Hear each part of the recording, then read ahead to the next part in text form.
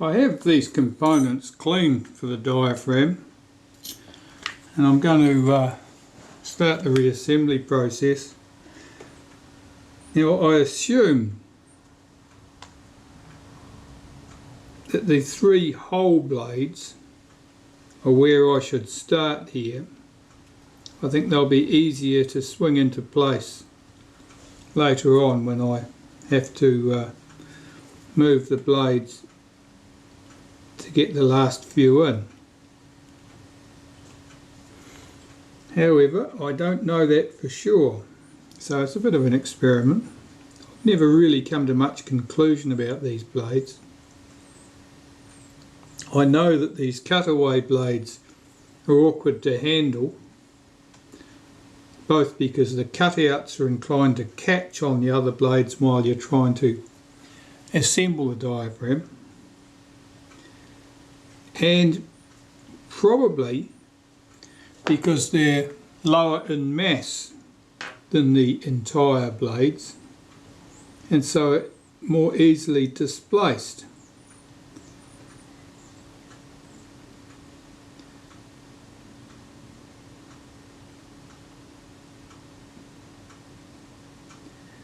Here I'm swinging back the first blade so I can get the next few in place. This is always the problem with diaphragms, because the blades don't lay simply on top of each other, they are interleaved.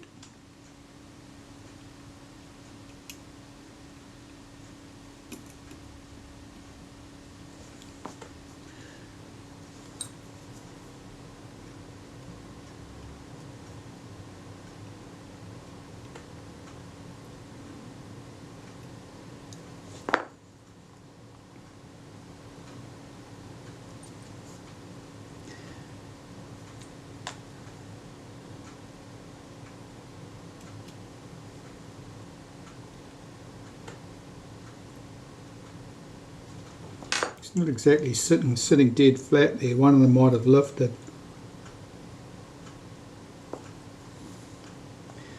See if I can get this last one in place. I need that blade further out. That'll do it.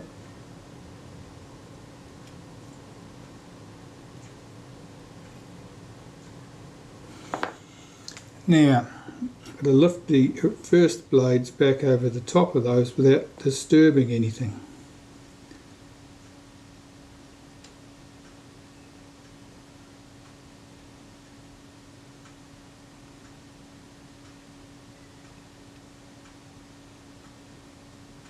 One of those blades is not sitting correctly. It's not sitting, it's tucked underneath that blade when it should be on top.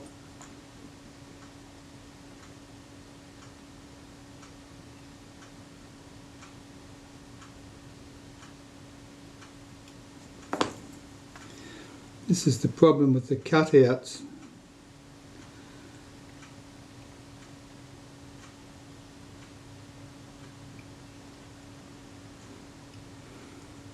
Now,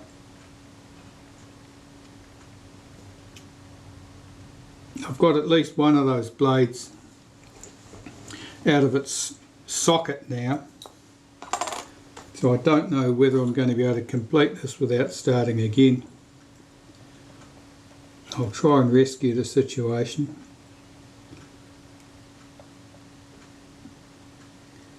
Well, it's more than one blade out of place, I'd say. See if I can manoeuvre these other ones into position.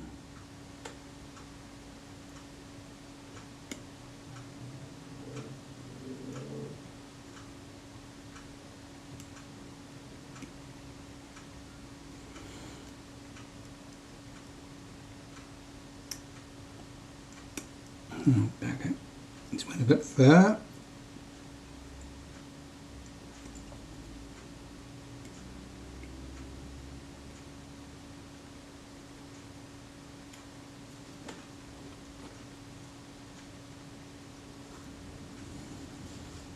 Quick look from the side, See what I'm trying to achieve here.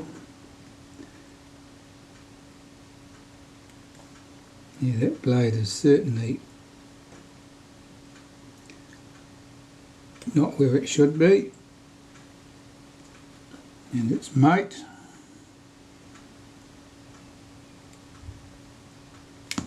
It's there.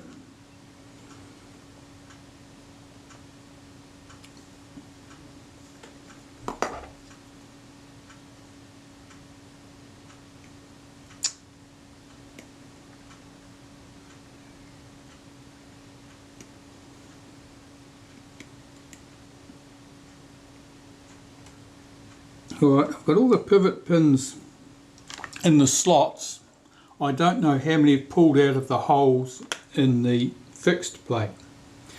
So I'll put the cover in place, or the shutter case in place, and see if I can wriggle everything together.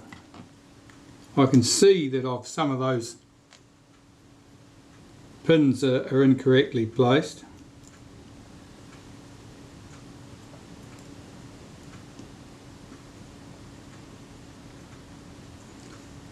So I'll put the screws in loosely, and I'll get a pin and see if I can pull those blades into position.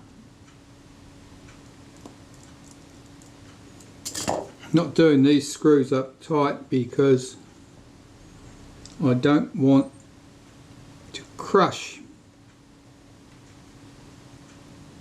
any of the blades, have their rivets crushed underneath the plate rather than falling in a hole.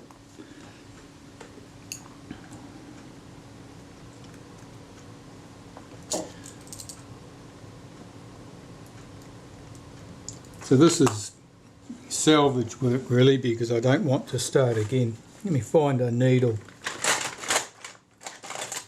Somewhere here I've got a suitable pin.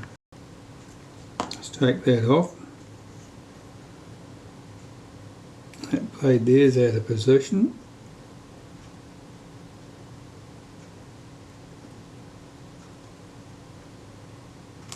Let's tighten the screw up slightly. This blade here is out of position. That's better. The next one's out of position. Excuse me.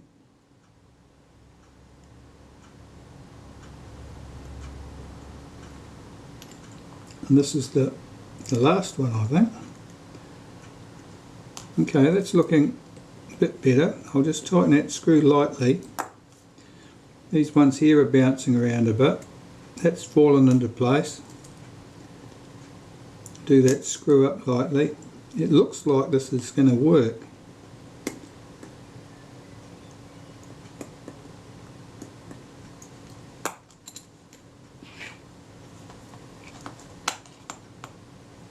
There we go. There's our diaphragm opening and closing smoothly. So that was a bit of a botched job, but the main thing is I was able to recover. Sometimes things don't go smoothly. As long as you're able to recover, that's the main thing. So the settings lever for the back, I don't know if I've cleaned that yet. This I will lubricate very lightly with molybdenum paste. It shouldn't flap about, but it should be smooth. It wasn't particularly smooth when we started, so I've run some around here and some on the front face.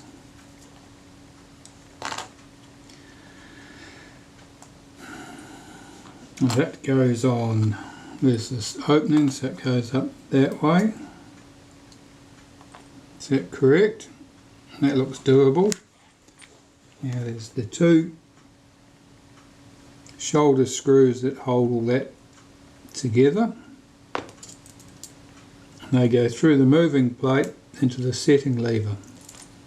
So I'm supporting that with my fingers from the back so that I'm not bending the setting lever or pushing on anything that I don't want to push on. That's good. I'll tighten those two screws up, so I'll support them on the edge of the wooden block from underneath. Just nip those two screws up lightly, don't overdo it. They're very small and they strip out remarkably easily. Okay, so now I've got nice smooth action there. Controlled resistance, I suppose you'd say, very smooth. It's ideal. And my mechanism plate, I have that back together. I was able to stake that post back in with a lot of fighting using a jeweler's staking set. What's it saying? What's its name? It's a Kendrick and Davis staking tool number 18 Inverto. It's very handy for riveting tiny little things back together again. Well, I've just got to clean these shutter blades. They're not particularly dirty. I'd be interested to know the history of this camera. I suspect that it might have been a bit of a lemon from the day it was made, and so it got pushed to the back of the cupboard and has managed to survive the last 70 years without having to do any hard work. I'll clean these blades and then put the shutter together. Right, the mechanism plate, spring here unhooked, lever out in the blade's open position. Blade number 1 goes over here. And blade number 1 is distinguished with an extra hole, which serves no other purpose than to let you know that that was blade number 1.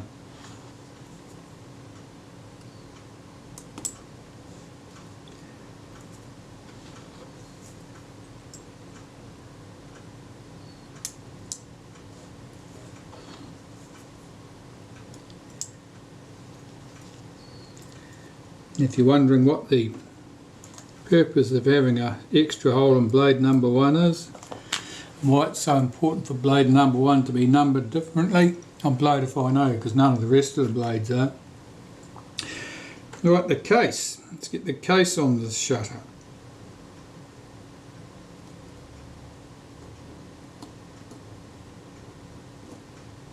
It's not wanting to go over it easily. Why not? Because that's not in the right position, that's why not.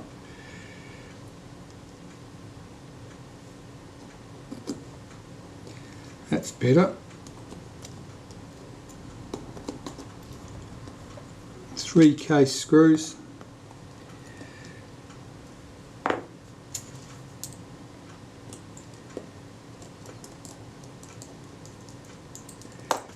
Just run those down lightly.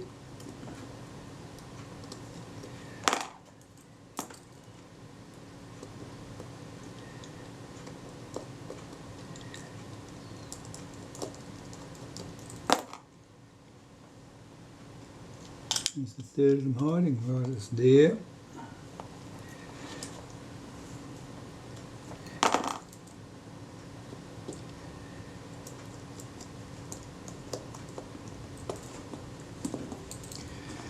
Do the blades close smoothly? They do. Let's get that little spring on there. That seems to move smoothly. Let's do those 3 case screws up.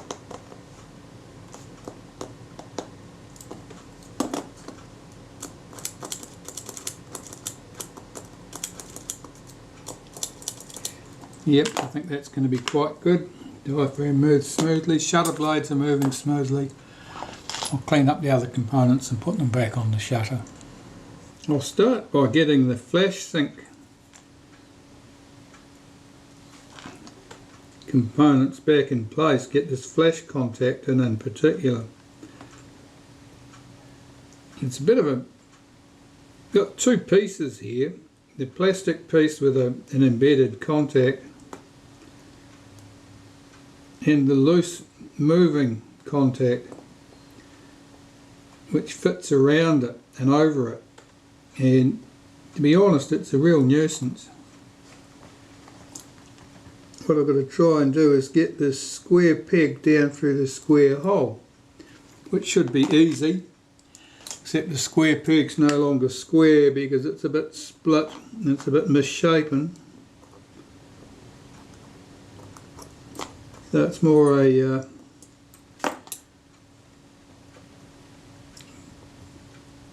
trapezoid peg that I'm trying to get down a square hole, I suppose you'd say. Well, it's sort of going. See if I can wriggle it. It's halfway there. I loosened the 3 screws on the back of the case. Can I get there? No, it's not that. No, it's in.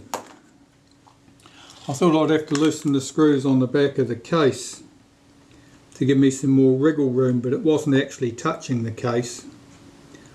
Not at the sides anyway, only at the back edge, the outside edge.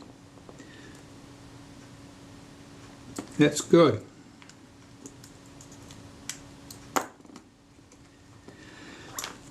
Okay, so the flash contact's in. That B lever can go in. This is the one that's slightly bent, and I don't know whether it's bent for a good and sufficient purpose or whether it's bent because it's bent. So it's not until the shutter's up and running that we'll be able to tell whether it's good or bad. Just getting this centered. There's a shoulder on that screw that goes, this lever rotates around. Okay.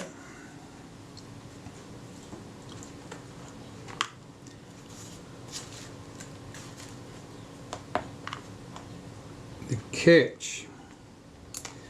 This is the catch that holds the shutter in the cocked position. It's not always easy to get seated because the hole that the shaft fits into is on the edge between two surfaces, and it's very, very good at going in cockeyed and then not pulling down tight. It appears to be okay. I'll swing the spring over behind there. That should be clipped down underneath that piece. That's okay. There's a problem there. We'll see how that goes further down the track. The shutter release lever fits here. No, it doesn't. It fits here.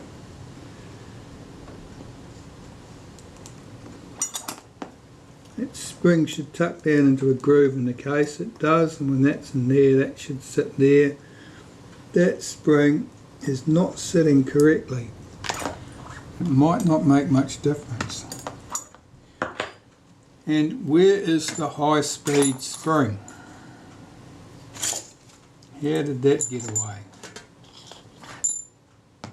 Let me find it. Oh, I see it.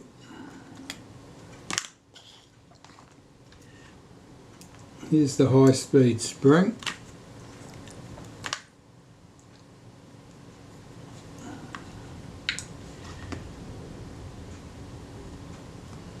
It sits. Get that, doesn't want to tuck in there. Get that seated correctly. That's it. It should be sitting in there. And that B lever.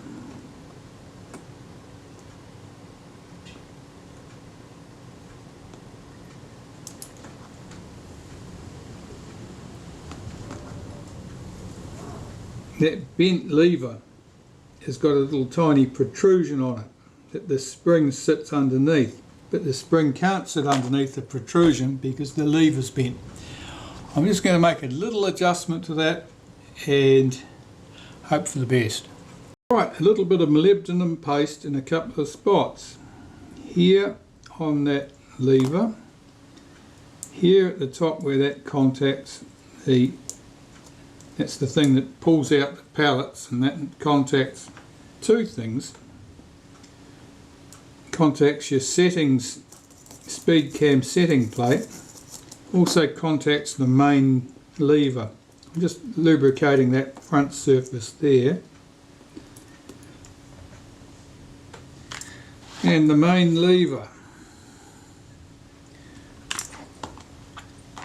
Don't ask me why something that's round is called a lever, that's just the way it is. Just making sure that the striking faces get their share. We back in the picture, sort of about there. Okay.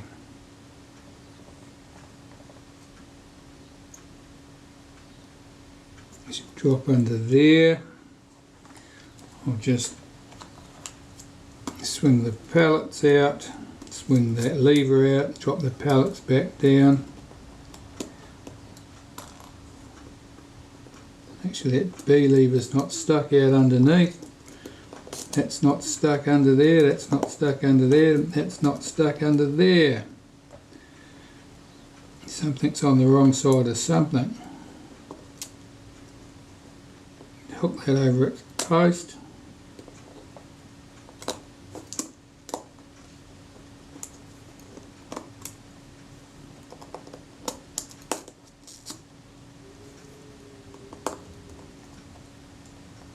It's all sitting there. It may be good, it may be not. I've got the speed setting cam plate here, which I unusually haven't got round to cleaning yet. Like everything else, I'm not as well organised as I should be.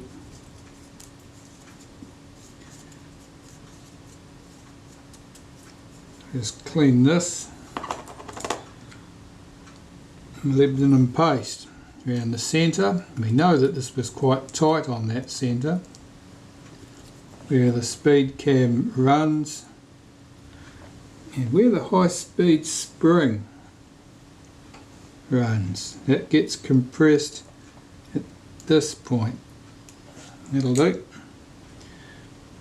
Everything is present. Plate on there. Make sure the B lever is not trapped underneath it. It's not. Okay. We cock the shutter. B is working. We put it on 1 second. It doesn't go. It's stopped. It's not moving. Why is it not moving?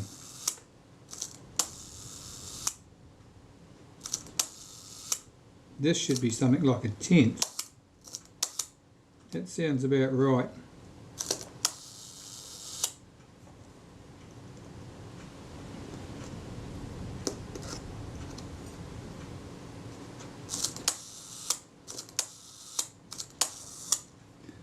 I'll put the plate on the front so I can mark up the speed positions correctly, because at the moment I'm just guessing for some of them.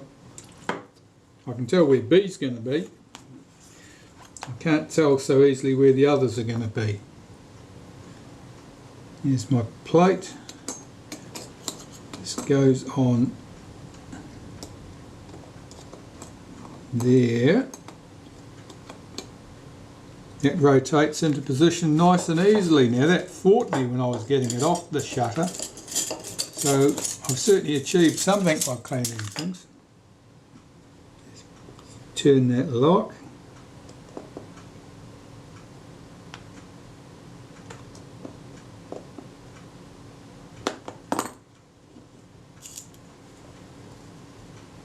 This should be 1 second. Yeah, it doesn't want to complete.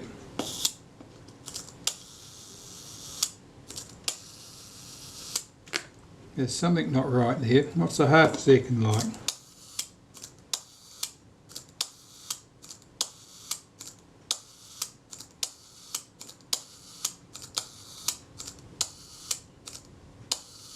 I think that the pallets, there's too greater engagement of the pallets. I'll have to adjust the speed train. All the other speeds are quite good.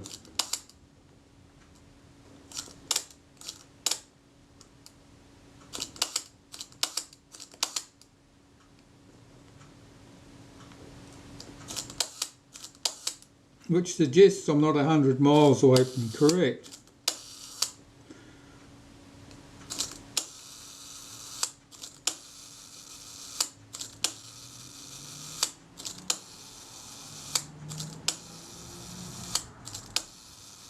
Yeah, it can't be far off.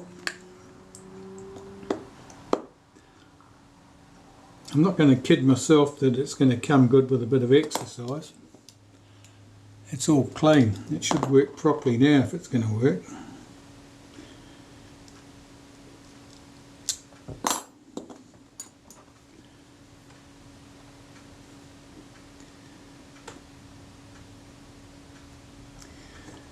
Let's unhook the main lever. Remove that.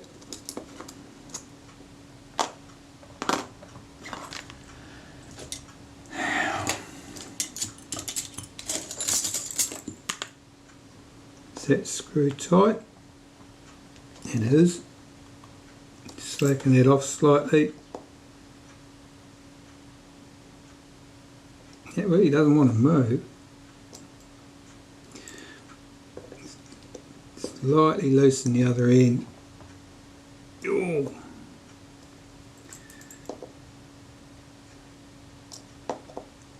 That moved slightly.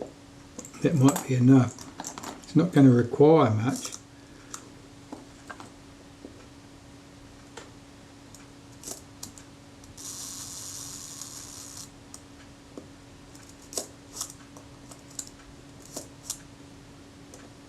Basically what's happening is there's too much engagement of the pallets, so that there's too much resistance, and that will particularly show up at the end of the timing cycle, because that's where you've got least tension in the spring here driving the speed train,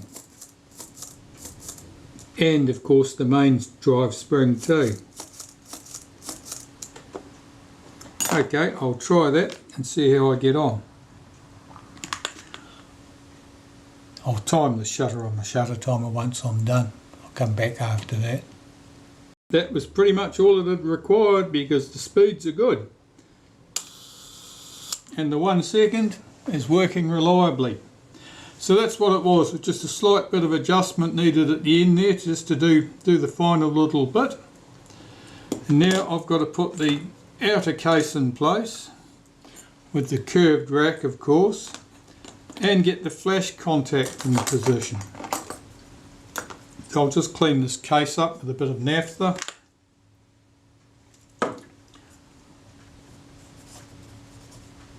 This is where the curved rack goes, and if that's jammed up with dust or old grease or something, the shutter won't work properly.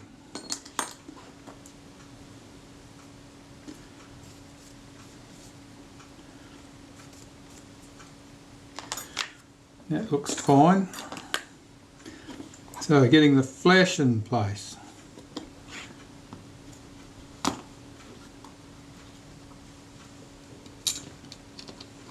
The wire needs to go in position. Our tiny plastic insulator slug goes in there.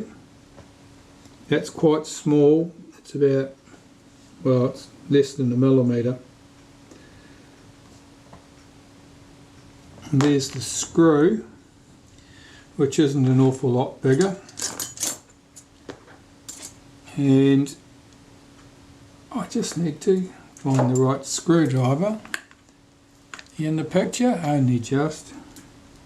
See if I can get that screw started. Of course the screwdriver's magnetised.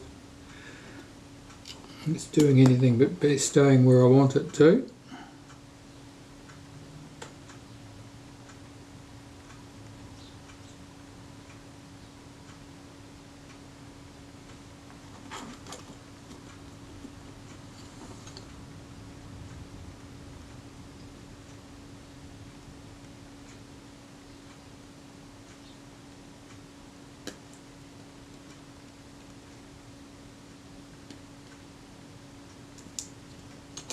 I've seen screws that go in smoother than that, but it went in without too much of a fight. Right, I wipe with molybdenum paste on that curved rack. Now if I cock the shutter, drop the rack into the track, I should be able to get the case on, and I did.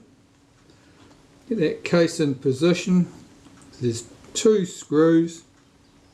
One has a flange on it.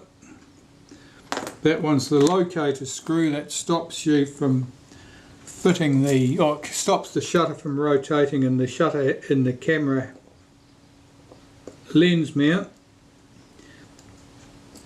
which is important because otherwise the cocking action would rotate the shutter and you'd get the rotated shutter and no cocking. So that's good. See if we can tuck that wire down a bit. That's okay.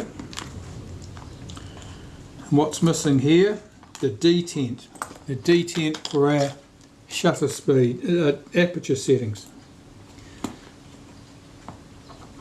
Now the gaps between the settings are widest at the open end of the scale, at the f2.8 or f3.5 end of our scale, and closest together at the other end of the scale.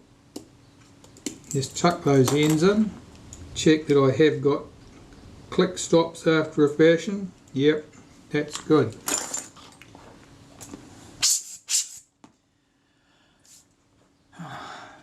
The day is long, but this job's certainly dragging out.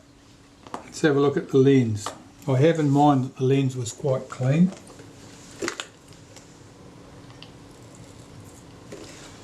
Which is another sign that the camera's done very little and spent most of its life safely tucked up in the cupboard. If it had been out and used, or even out and sitting on a display shelf a good proportion of the last 70 years, these lenses would not be as clean.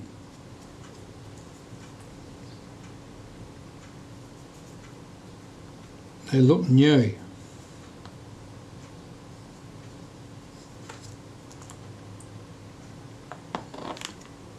So I'll put the rear group in first. I'll just do that up with the friction tool, just nip it up like that, doesn't need any more than that. The trim plate from the front of the shutter, I'll just give that a wipe. This is just a trim plate, it's not a spacer, it is not serving to locate the lens in any way. All it is covering that piece of the shutter. It sits below this edge that the lens bears against. So if it's not present, it won't affect the focus of the lens in any way.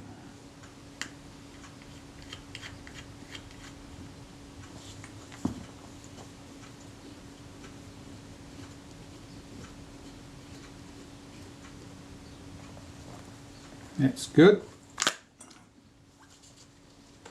Just tighten that with the friction tool. Have a last look at that shutter and the lens. It all appears very good. And I think that that can go back in the camera. So where's the camera body? Here it is.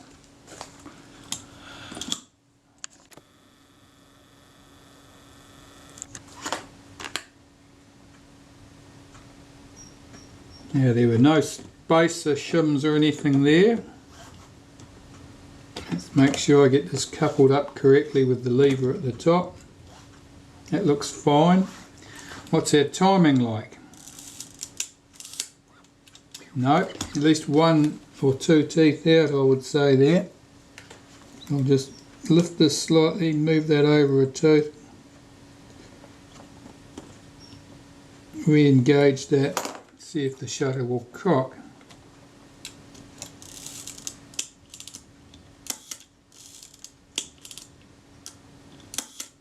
Yeah, it does. Let's try it at 500. That's the key test, because it's under extra tension at that point. If it's not correctly placed, it might not cock at a 500.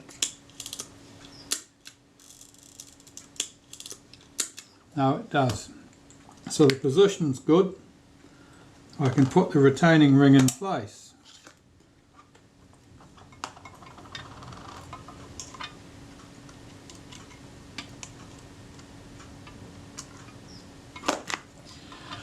Find the tool.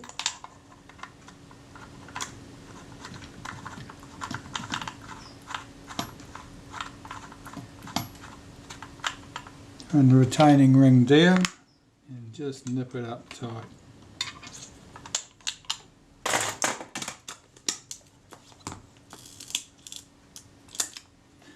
That's good. Now that advanced lever is not particularly enthusiastic about returning to the rest position.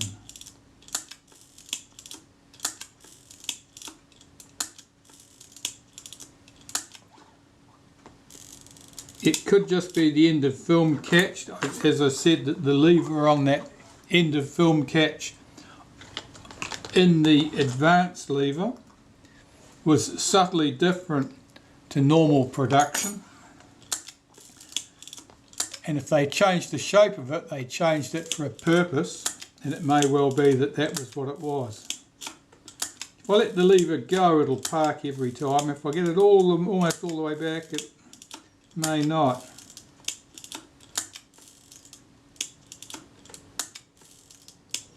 Seems to work reliably now. Okay. Well, that's probably it for this camera. It's a nice example. Retina 1A, an early one. This one was made in January of 1951, I believe, just based on the serial number. It's never done much work, which means that it was probably sidelined for a reason. And what that reason is, we may never know. That's it, I think. That's it for this camera. Clean, tidy, everything's working correctly. Nice and smooth in its action. I've checked the focus, that's good. Shutter speed's good. Not much more to say really. I think this is just a nice camera. I wouldn't mind like this one in my collection. Oh, before I go, the film reminder dial that's missing here. I'll find an example that's got one on there and I'll show you what that's supposed to look like. So here's a Retina 1A from my own collection. And here you can see the film reminder dial. Now that's a separate piece of metal, printed, and it would have been glued in to this ring here. And there's just a little arrowhead there, so you can lift this and rotate it. So you might have it. What are our options?